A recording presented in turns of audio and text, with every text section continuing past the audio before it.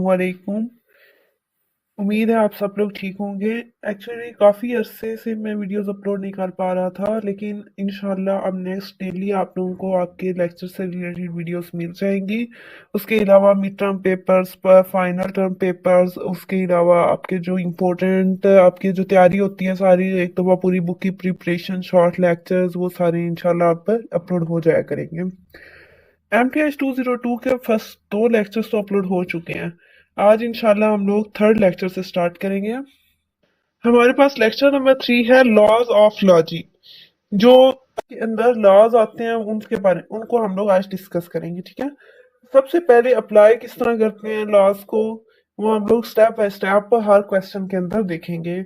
Using law of logic, use करें law of logic को और सिंप्लीफाई करें स्टेटमेंट को। ये जो नीचे स्टेटमेंट दी गई है, इस स्टेटमेंट को आपने सिंप्लीफाई करना है, मतलब शॉर्ट फॉर्म में लिखे जाने हैं। अब यहाँ पे देखें कि इस स्टेटमेंट के अंदर दो दफा पी रिपीट हुआ हुआ है। एक दफा भी P, यहाँ फर्स्ट पे पी है, फिर सेकंड नंबर पे भी पी है।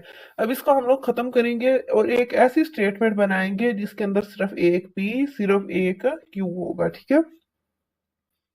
अब फर्स्ट ऑफ ऑल तो हम लोगों ने उस इक्वेशन को लिख दिया जो हमारे पास इक्वेशन थी। अब हमारे पास जो सबसे पहले हम ब्रैकेट के अंदर वाली चीजों को सॉल्व करेंगे। ये एक ब्रैकेट थी, हमने इस ब्रैकेट को खोला। जब हम लोग इस ब्रैकेट को खोलेंगे तो ये जो डेल्टा है स्टार्ट पे, ये दोनों के साथ मल्टीप्लाई होगा, क्योंकि ब्रैकेट्स के बाहर जो भी चीज होती है वो ब्रैकेट के अंदर दोनों चीजों के साथ मल्टीप्लाई होती है। जब ये इससे मल्टीप्लाई होगा तो ये दो दफा आ जाएगा डेल्टा और फिर डेल्टा पी। एट हेड है था। जब हम लोगों ने ब्रैकेट खोली तो क्योंकि स्टार्टिंग पे हमारे पास डेल्टा का ऑप्शन था, तो हम लोग ये वेल में चेंज हो जाएगा, ठीक है। और उसके बाद क्यू के साथ भी डेल्टा आ जाएगा। अब ये ब्रैकेट तो खोल गई, लेकिन इसके अलावा हम लोगों ने एक रूल ऊपर देखा था लास्ट लेक्चर से। अगर आप लोग देखें फर्स्ट दो लेक्चर्स जो थे हमारे पास, ये हमारे पास, अच्छा जो हमने इसमें किया था, ये हमारे पास डी मॉर्गन लॉ है। ऊपर हमने देखा था double negative law. Double negative law क्या होता है? अगर टेल्डा और टेल्डा दो इकट्ठे आ जाएं तो वो दोनों आपस में खत्म हो जाते हैं। अगर टेल्डा और टेल्डा पी है, फिर ये खत्म होके सिर्फ पी बच जाएगा, ठीक है। तो यहाँ पे जो हमारे पास स्टेट बच गई वो हमारे पास पी वेल टेल्डा क्यू बच गया, ठीक है।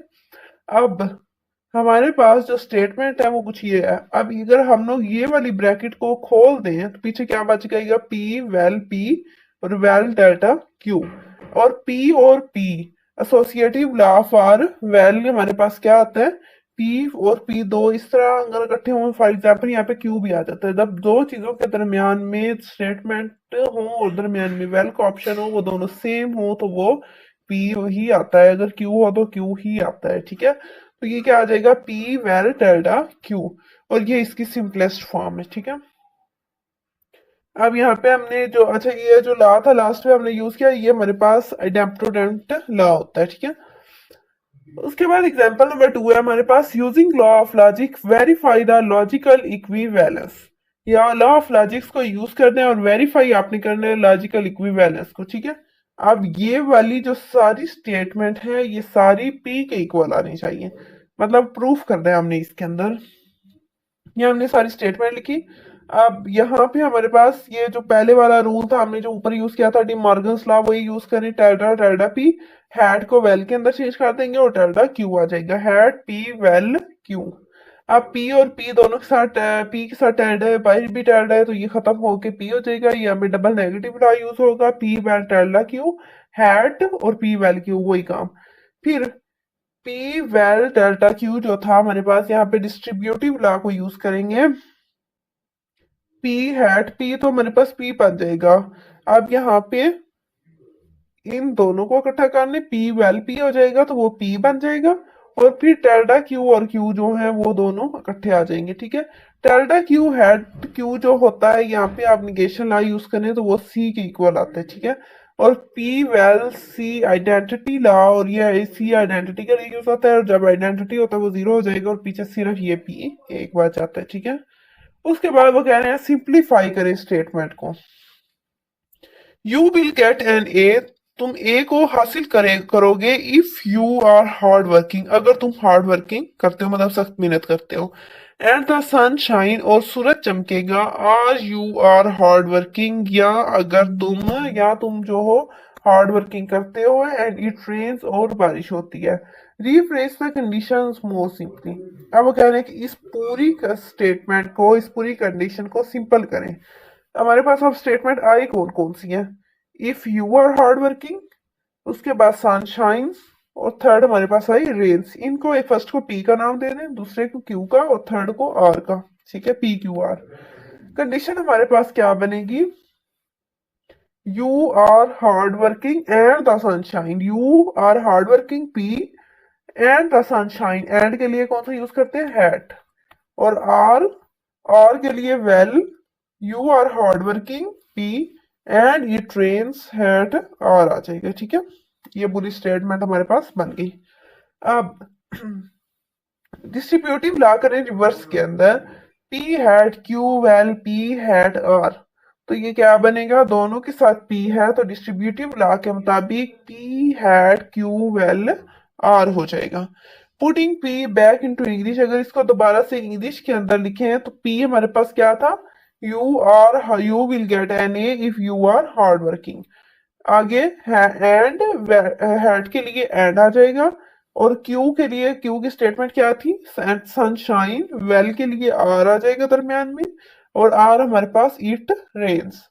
अच्छा, इसके अलावा एक दफा दोबारा से ये जो लॉज हैं इनको देख लेते हैं, क्योंकि काफी अर्सा पहले वो लेक्चर अपलोड हुआ था, तो हो सकता है आप लोगों को कंफ्यूजन हो रही हो इन स्टेटमेंट्स को सॉल्व करने में। हमारे पास फर्स्ट होता है कम्यूटेटिव लॉ। वो क्या होता है? पी हैट क्यू इक्वल होता है क्यू हैट पी के। इसी तरह पी वेल क्यू इक्वल होता है क्यू वेल पी के। उसके बाद ये जो अभी हमने देखा एसोसिएटिव, बल्कि अभी हमने जो देखा था वो डिस्ट्रीब्यूटिव लॉ था। P hat Q hat R, इसके अंदर दरमियान में स्टेटमेंट सेम होती हैं सारी, वेल वाली भी सेम, बस ये तीन वर्ड आ जाते हैं। कम्यूटेटिव और एसोसिएटिव में सिर्फ ये फर्क है, कम्यूटेटिव लॉ के अंदर दो लफ्ज होते हैं और एसोसिएटिव में थ्री होते हैं, तीन होते हैं। डिस्ट्रीब्यूटिव लॉ, डिस्ट्रीब्यूटिव लॉ के अंदर फर्स्ट वाला चेंज होता है हैड और अंदर वेल होता है। यहाँ फिर अगर बाहर वेल हो तो अंदर हैड होता है। ठीक है, और ये स्टेटमेंट कुछ इस तरह बनती है कि पी हैट जो होता है वो दोनों के साथ आता है, P hat Q vel P hat R. इसी तरह पी वेल क्यू हैट, ये वाला हैट, और पी वेल आर। ठीक है, उसके बाद आइडेंटिटी लॉ क्या होता है? P hat T equal P होता है, P vel C B equal P होता है। निगेशन लॉ, दो अगर एक से ऐसे आ जाए, P vel tilde P equal T के होता है, P hat tilde P equal to C के होता है। डबल निगेशन लॉ, दो टेल्डा आ जाए तो वो पी के इक्वल होते हैं। Idempotent law, P hat P equals to P के होता है, पी वेल पी भी इक्वल्स टू के पी के होता है। डी मार्गन्स लॉ इसी तरह, tilde P hat Q equals to दोनों के साथ आ जाएगा और दरमियान का साइन चेंज हो जाएगा, tilde P vel tilde Q. इसी तरह tilde P vel Q equals to आ जाएगा tilde P hat tilde Q. आगे universal bounds law, universal bound law क्या होता है? P vel T equals to T के होता है और P hat C equals to C के होता है। Absorption law, P vel P hat Q equals to P के होता है और P hat P vel Q भी इक्वल्स टू पी के होता है। ठीक है, निगेशन ऑफ टी एंड सी, अगर निगेशन करें टी की तो वो सी आ जाता है, निगेशन करें सी की तो वो टी आ जाता है। ठीक है, उसके बाद आ जाए अपने लेक्चर्स की तरफ, अपने लेक्चर की तरफ। हमारे पास जो था फर्स्ट तो एक हमारी जो एग्जांपल है वो सॉल्व हो चुकी है। उसके बाद थर्ड एग्जांपल की तरफ आ जाए, यहां से। अब वो कह रहे हैं कि यूज करें logical equivalence and rewrite each of the following sentences more simply. First हमें दी हुई है, it is not true that, ये ठीक नहीं है कि आई एम टायर्ड, कि मैं थक चुका हूं, एंड यू आर स्मार्ट, और तुम स्मार्ट हो। ठीक है, क्या स्टेटमेंट बनेगी? I am tired, it is not true that I am tired and you are smart. तो हमारे पास स्टेटमेंट क्या बन जाएगी? एक आई एम टायर्ड के लिए हम लोग पी का यूज करेंगे, यू आर स्मार्ट के लिए का यूज करेंगे, तो क्या हो जाएगा? इट इज नॉट है ना, तो पहले नॉट का साइन, टेल्डा पी, दरमियान में एंड है तो इसके लिए हैड यूज होगी, और क्यू। जब इस ब्रैकेट को खोल दें तो क्या बन जाएगा? टेल्डा पी, दरमियान का साइन चेंज हो जाएगा वेल के अंदर, और टेल्डा क्यू आ जाएगा। अब ये स्टेटमेंट क्या बन गई? आई एम नॉट टायर्ड, और I am not tired P का, और वेल हो गया ना अब। R you are not smart, Q टाटा Q, you are not smart, ठीक है। इस तरह it is not true that I am tired, R you are smart. ये स्टेटमेंट अब क्या होगी, आर जो होगा नॉट जो होता है वो दोनों के साथ आ जाएगा, I am not tired, you are not smart, और जो आर है वो एंड में चेंज हो जाएगा। इसी तरह आई फॉरगेट माई पेन, मैं अपना पेन भूल गया, और माई बैग या मेरा bag, and I forget got my pen और माई ग्लासेस, और मैं अपना पेन और या माई ग्लासेस जो अपनी चश्मे होता है वो भूल गया हूँ। इसकी स्टेटमेंट क्या बनेगी, आई फॉरगेट माई पेन और I forget my bag and glasses, ठीक है। इसी तरह next running, it is raining and I have forgotten my umbrella, ये बारिश बारिश हो रही है और मैं अपना अम्ब्रेला भूल गया हूँ, भूल चुका हूँ। और it is raining and I have forgotten my hat, इसको चेंज कर देंगे, it is raining and I have forgotten my umbrella और माई हैट, ठीक है। उसके बाद conditional statements, consider the statement if you earn an A in math, अगर तुम अर्न करते हो मैथ सब्जेक्ट में A, then I will buy you a computer, तो फिर मैं तुम्हें कंप्यूटर खरीद के दूंगा। This statement is made up of two simpler statements, अब इस स्टेटमेंट के अंदर दो सिंपल स्टेटमेंट्स हैं। If you earn an A in math, ये हमारे पास स्टेटमेंट क्या होगी P, I will buy you a computer, ये स्टेटमेंट क्या हो जाएगी क्यू। ये दोनों स्टेटमेंट्स बन गई। तो ओरिजिनल स्टेटमेंट हमारी क्या होगी, इफ P इज ट्रू, अगर P ट्रू होगा तो Q ट्रू होगा, या फिर सिंपली इफ P, अगर P है तो फिर Q मिलेगा हमें, क्योंकि ये अगर ट्रू होगा, अगर हमारे मैथ में A आएगा तो ही हमें कंप्यूटर मिलेगा। तो अगर P ठीक होता है, P ट्रू होता है तो Q भी ट्रू होगा। अगर P फॉल्स होता है तो फिर Q भी फॉल्स होगा। We can also phrase this as P implies Q, और इसको हम लोग अगर दूसरी कंडीशनल स्टेटमेंट में लिखें तो वो क्या बनेगा, P implies Q। Conditional statements और implications, if P and Q are statements variables, अगर P और Q statement variables हैं तो conditional of Q by P is, तो अगर Q by P करें तो वो क्या आएगा, if P, अगर P होगा then Q, ठीक है। इसमें कंडीशन आ जाती है ना एक, अगर P की कंडीशन ठीक होगी तो फिर Q की कंडीशन ठीक होगी।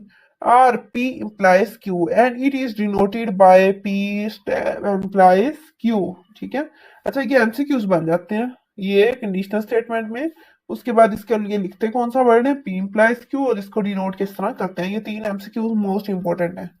P implies Q is false, अगर P implies Q false होता है when, अच्छा ये false कब होता है, when जब P true हो और Q false हो, अदरवाइज इट इज ट्रू। अगर एक स्टेटमेंट ट्रू हो दूसरी false हो तो फिर क्या होगा, वो false होगा, अदरवाइज स्टेटमेंट हमेशा ट्रू रहेगी। If P implies Q, the, अच्छा जो एरो शो करवा रहे हैं वो एरो, उस एरो को हम लोग कंडीशनल ऑपरेटर कहते हैं। इन P implies Q, the statement P is called, जो स्टेटमेंट P होगी उसको हाइपोथेसिस कहेंगे, और जो कंडीशन Q होगी उसको कंक्लूजन कहेंगे, ठीक है।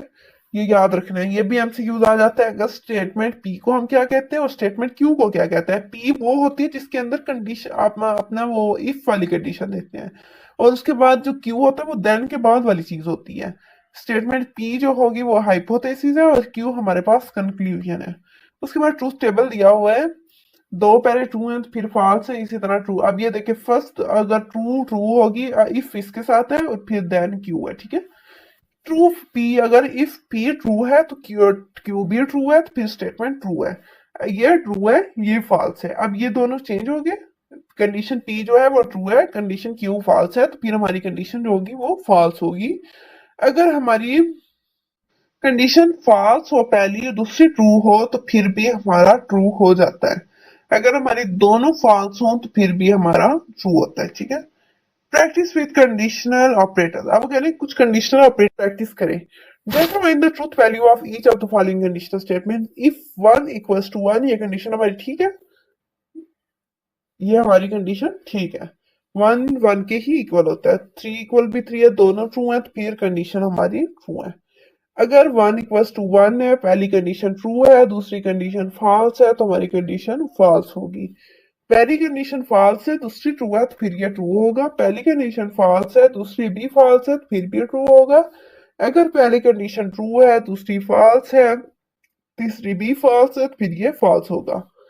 पहली फॉल्स है, दूसरी फॉल्स है, लेकिन तीसरी ट्रू है, तो फिर ये ट्रू होगा। ठीक है।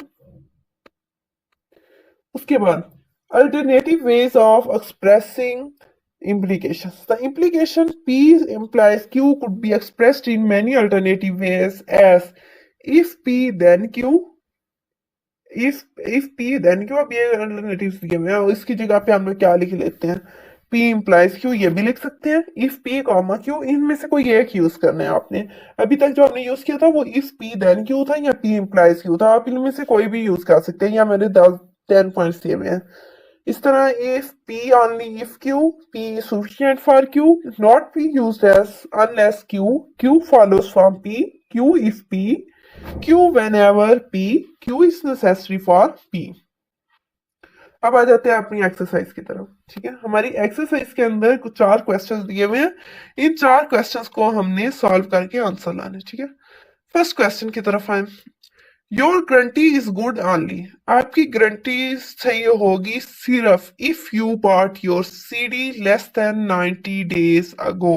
ठीक है, अब इसकी करेक्ट स्टेटमेंट क्या बनेगी, if your guarantee is good. अगर इसको इफ देन की कंडीशन में लिख रहे हैं तो जो स्टेटमेंट बनेगी वो ये होगी, if your guarantee is good then you must have bought your CD player less than 90 days ago. ठीक है, इसी तरह सेकंड क्वेश्चन है, to get tenure by as a professor it is sufficient to be world famous. ठीक है, आप एक टेनवर बन सकते हैं, आपको एक टेनवर मिल सकता है एज अ प्रोफेसर अगर आप it is sufficient to be world famous.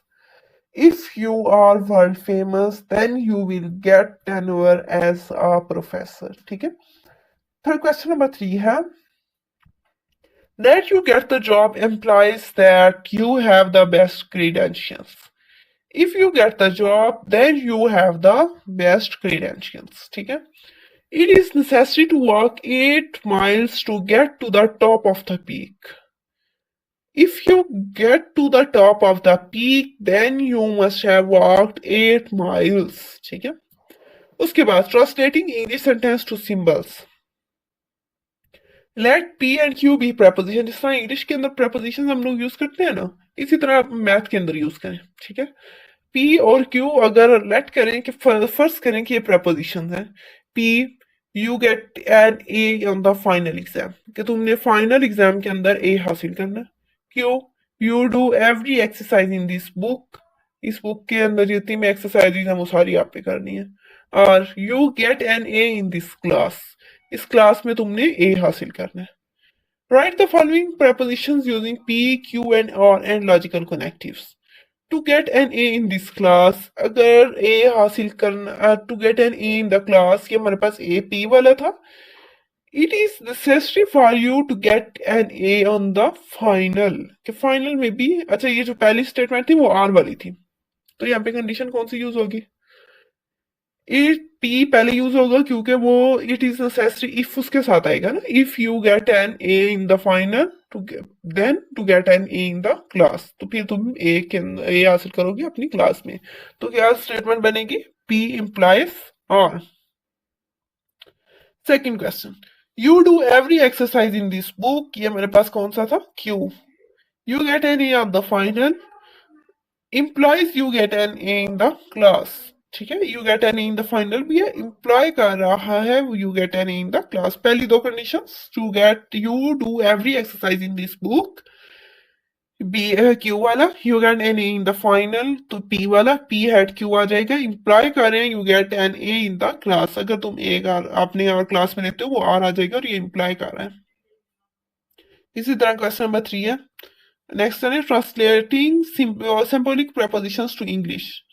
Late P Q and R be the proposition, let करें पी क्यू आर जो है वो हमारे पास प्रपोजिशन है। P, you have the flu, तुम्हें बुखार था। Q? You miss the final exam, तुमने अपना जो फाइनल एग्जाम था वो मिस कर दिया। R you pass the course. Express the following expressions as an English sentence. अब वो कह रहे हैं कि इन एक्सप्रेशंस को आप इंग्लिश सेंटेंस के तौर पर एक्सप्रेस करो। P approaches Q. अगर पी अप्रोच करेगा क्यू को तो फिर को क्या कंडीशन बनेगी? इफ यू हैव फ्लू, अगर तुम्हें बुखार था, then you will miss the final exam, तो फिर तुम अपना फाइनल एग्जाम मिस कर दोगे। इसी तरह सेकंड है tilde Q approaches are, if you don't miss the final exam Q will pass the course. इसी तरह टेल्डा पी है टेल्डा पी क्या आएगा? If you neither have flu, tilde Q nor misses the final exam, then applies है ना दरमियान में, तो देन आ जाएगी तो साथ, और you will pass the course. ठीक है। नेक्स्ट चलते हैं, hierarchy of operations for logical connectives. Hierarchy operations for logical connectives. Negation, negation के लिए कौन सा होता है? टेल्डा का ऑप्शन यूज करते हैं हम लोग, टेल्डा को हम लोग निगेशन के लिए यूज करते हैं। हैट कंजक्शन के लिए, वेल डिस्टिंक्शन के लिए, और अप्रोचेस कंडीशनल के लिए। ये हम लोग पहले बहुत दफा पढ़ चुके हैं, ऊपर मतलब बहुत ज्यादा रिपीट हुआ है। ठीक है।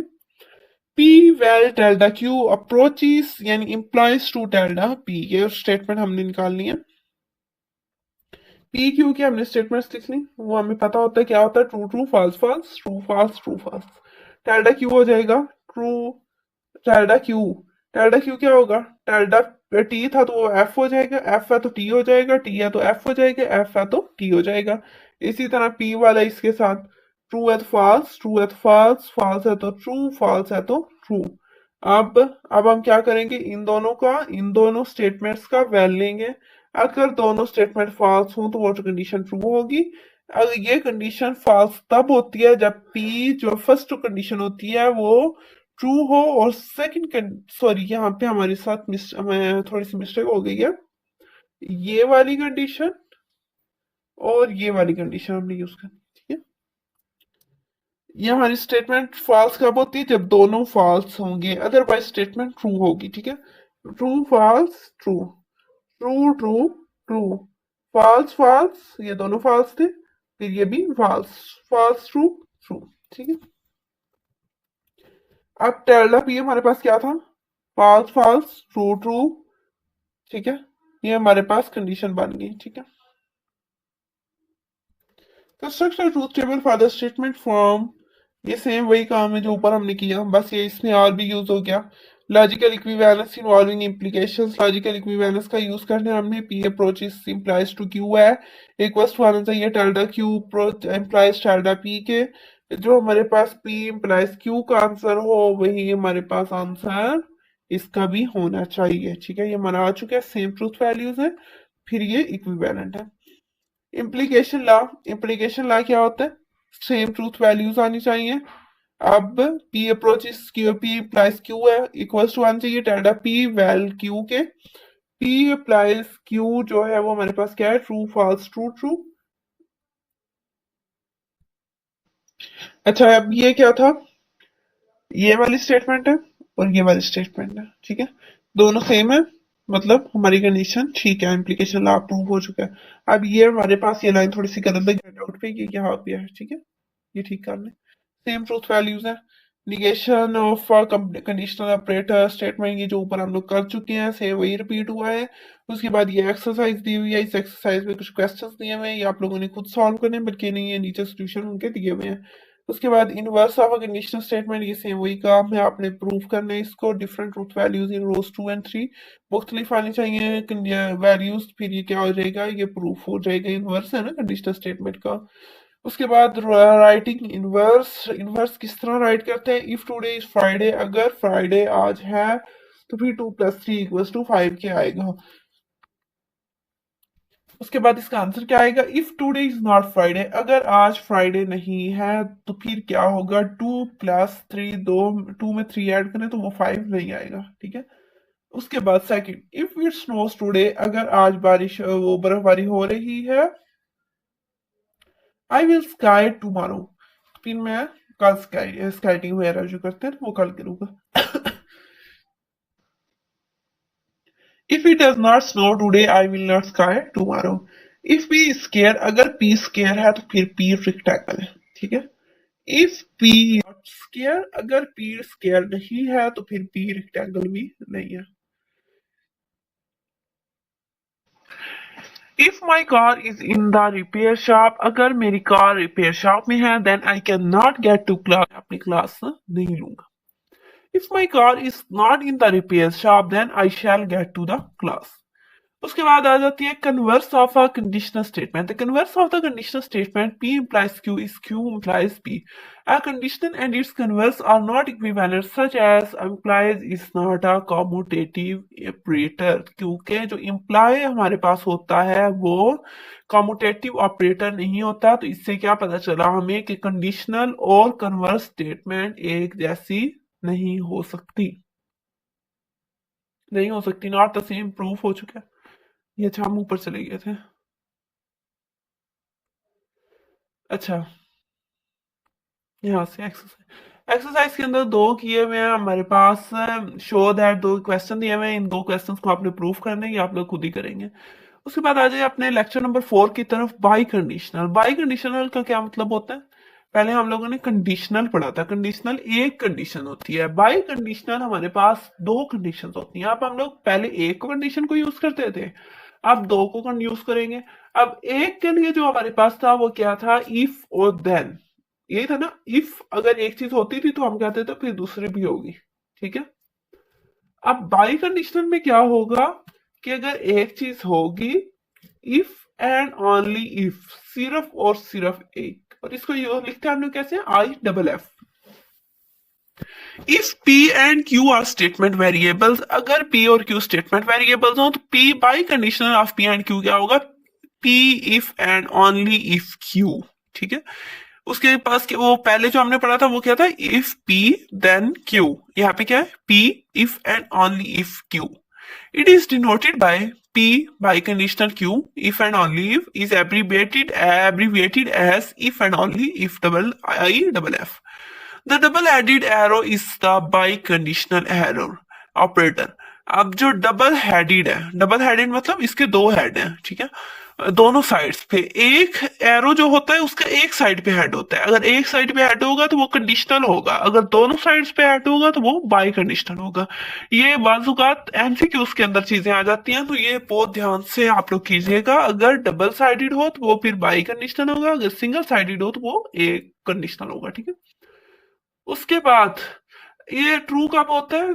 जब दोनों कंडीशंस ट्रू होती हैं तो ये ट्रू होता है, या फिर दोनों कंडीशंस फॉल्स हों तो ये ट्रू होता है, अदरवाइज ये फॉल्स होता है। P biconditional Q is true only when P and Q both are true or both are false. P biconditional is false when either P or Q is false. For example, अब यहाँ पे कुछ examples दी हुई हैं। 1 + 1 is equal to 3। एक में एक add करें तो आंसर 3 आना चाहिए। क्या ये कंडीशन ट्रू है? ये फॉल्स है ना। हमारे पास कंडीशन 1 और 1 तो 2 होता है, यहाँ पे इन्होंने लिख दिया 1 और 1 में ऐड करें तो ये 3 आ गया। If and only if earth is flat, अगर अर्थ फ्लैट है, अर्थ फ्लैट भी नहीं है, अर्थ फ्लैट नहीं है ना हमारी, तो हमारी क्या आएगा? दोनों कंडीशंस फॉल्स हो गई, तो अब हमारा आंसर क्या आ गया? True. Sky is blue, sky जो आसमान है वो ब्लू है।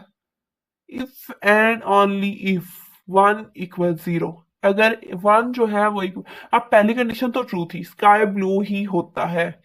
इफ एंड ओनली इफ 1 = 0, 1 0 के इक्वल तो नहीं होता, तो फिर ये कंडीशन फॉल्स हो गई। मिल्क इज वाइट, दूध सफेद होता है। If and only if birds lay eggs, अगर परिंदे अंडे दे, दोनों कंडीशन ट्रू है। 33 इज डिविजिबल बाय 4, 33 जो है वो डिविजिबल 4 का, ये कंडीशन फॉल्स है। अगर हॉर्स के 4 टांगे हों, ये कंडीशन ट्रू है। अब पहली फॉल्स हो दूसरी ट्रू हो तो फिर जाहिर सी बात है वो फॉल्स होगा। Next, x greater than 5 if and only if x की power 2 greater than 25 false. Rephrasing biconditional P, the biconditional Q is also expressed as P is necessary and sufficient for Q. If P then Q and conversely P is equivalent to Q. ये proof दिया हुआ same वही जैसे हमने ऊपर किए थे। ऊपर वाला लेक्चर नंबर 2 अगर आप लोग ध्यान से देखें तो आप लोग को ये सारी चीजें पता होंगी। rephrase the following preposition in the form P if and only if Q in English। अब इंग्लिश के अंदर हम लोग कैसे करते हैं इसको? If it is hot outside you buy an ice cream cone, अगर बाहर गर्मी है तो फिर तुम आइसक्रीम खरीदोगे। If you buy an ice cream cone, अगर तुम आइसक्रीम कोन खरीदोगे तो इट इज हॉट आउटसाइड, तो बाहर गर्म होना चाहिए। कंडीशन क्या बनेगी? ये आप दो दफा उन्होंने एक ही स्टेटमेंट पहले उन्होंने लिखी स्टेटमेंट, फिर उसी स्टेटमेंट को उल्ट करके लिख दिया। मतलब तो दोनों का सेम है ना, बाहर गर्मी होगी तो आइसक्रीम लेंगे, मतलब दोनों का सेम है। तो हम लोग क्या करेंगे, ये बाई कंडीशनल आ गई। यहाँ से हमें पता चला दो दफा एक ही स्टेटमेंट रिपीट हुई हुई है। फिर हम लोग इफ एंड ओनली इफ का यूज करेंगे। You buy an ice cream cone if and only if it is hot outside. इसी तरह की बाकी सारी एग्जाम्पल हैं, आप लोग देख लीजिएगा। उसके बाद ये ट्रूथ टेबल दिया हुआ है, इसको भी देख लें। अगर नहीं होता तो आप लोग कमेंट बॉक्स में मैसेज करें, इंशाल्लाह आप लोगों को जल्द से जल्द रिप्लाई मिल जाएगा। Hope so with in 1 day या विद इन 12 आवर्स, इंशाल्लाह जल्दी रिप्लाई आपको मिल जाएगा, ठीक है। उसके बाद एक नेक्स्ट क्वेश्चन आया, show that delta P plus Q is and P by conditional Q are logically equivalent। ये दोनों logically equivalent हो सकते हैं। P Q, अब ये कंडीशन फॉल्स कब होती है? जब दोनों कंडीशन सेम हो, दोनों ट्रू हो तो फॉल्स होगा, दोनों फॉल्स हो तो ट्रू होगा, ठीक है। बाकी सारे ट्रू होंगे। अगर एक भी कंडीशन ट्रू या फॉल्स दोनों मुख्तलिफ है तो फिर वो ट्रू हो जाएगा। उसके बाद इसका डेल्टा लें, ट्रू फॉल्स है तो ट्रू कर दिया, ट्रू था तो फॉल्स कर दिया, ट्रू था तो फॉल्स कर दिया, फॉल्स था तो ट्रू कर दिया।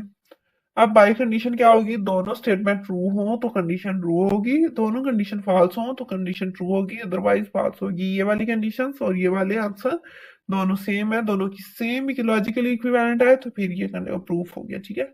उसके बाद ये कुछ लॉज ऑफ लॉजिक दिए हुए हैं, इसमें कॉम्पिटेटिव लॉ है, इम्प्लीकेशन लॉ है, ये आप लोगों ने बहुत अच्छे से याद करने हैं। एक्सपोर्टेशन लॉ है, इक्विवेलेंस है। उसके बाद रिडक्टिव एंड एब्सर्डम है। एप्लीकेशंस दी हुई है नीचे। Rewrite the statement forms without using the symbols, conditional और बाई कंडीशनल। ये आप सॉल्व कर लीजिएगा। इम्प्लीकेशन लॉ और ऑर्डर ऑफ ऑपरेशंस को यूज करके स्टेटमेंट्स उनके आगे रीजंस भी दिए हुए हैं। अगर कोई प्रॉब्लम हो तो आप लोग कमेंट बॉक्स में पूछिए। अगर ये स्टेप बाय स्टेप समझाने लगे तो बहुत ज्यादा टाइम लग जाएगा, इसलिए बस थोड़ा बहुत बता रहे हैं, ठीक है। होप सो आप लोगों को लेक्चर नंबर 3 और 4 की समझ आ गई होगी। अगर इन दोनों लेक्चर्स के अंदर कोई भी कंफ्यूजन हो, थोड़ी सी भी कंफ्यूजन हो, तो आप लोग कमेंट बॉक्स में पूछ सकते हैं। उसके अलावा अगर आप लोगों को पेड असाइनमेंट वगैरह चाहिए हो तो कमेंट बॉक्स पे मैसेज कर दें। अगर वो नहीं कर सकते, अपनी जो आपकी कॉपी है, वो आपकी जो असाइनमेंट फाइल है, वो आप लोग डिस्क्रिप्शन बॉक्स में नंबर मौजूद है, उस पर सेंड कर दें और पेड असाइनमेंट बनवा सकते हैं। Thank you so much.